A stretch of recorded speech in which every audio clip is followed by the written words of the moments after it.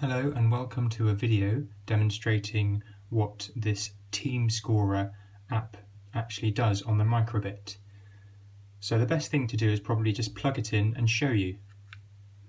So plug the battery pack in.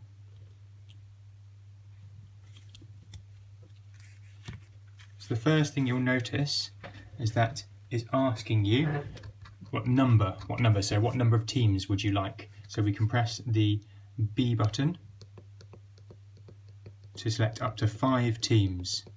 So if we actually select, let's say, 4 teams, leave it for 3 seconds, and you will notice that this light is lit up, and this first row represents teams. So that is 1, 2, 3, 4, 5. So how do we add scores to teams? It's quite an interesting challenge how to display large amounts of information on what is a 5 by 5 pixel grid.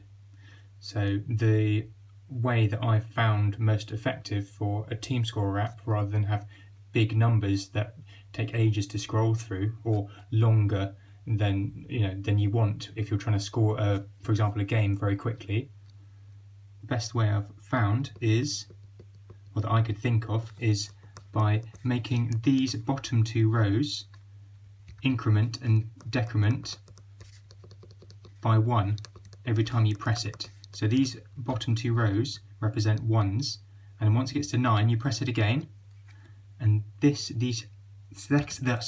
second and third row represent 10s. So if we keep going, you'll see that team 1 now has 30 because it's got 3 10s. And how do we get to the next team? Tilt the device, and we're at team 2.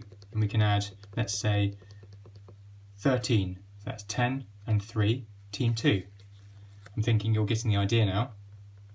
So team 3, let's add 3 in there. And team 4, let's add 5.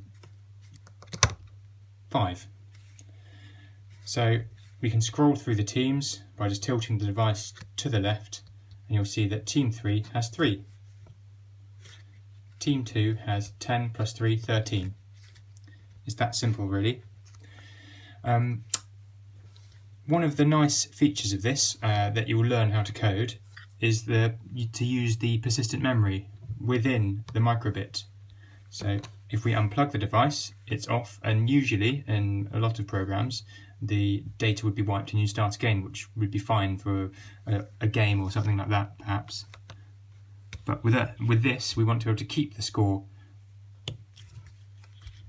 And you'll see that team 1 has 30 straight away, and we can add to that or take away from that. And then team 2 has 13, team 3 has 3. Okay, so great, it's got persistent memory, but actually we want to start a new game of basketball, softball that we're scoring.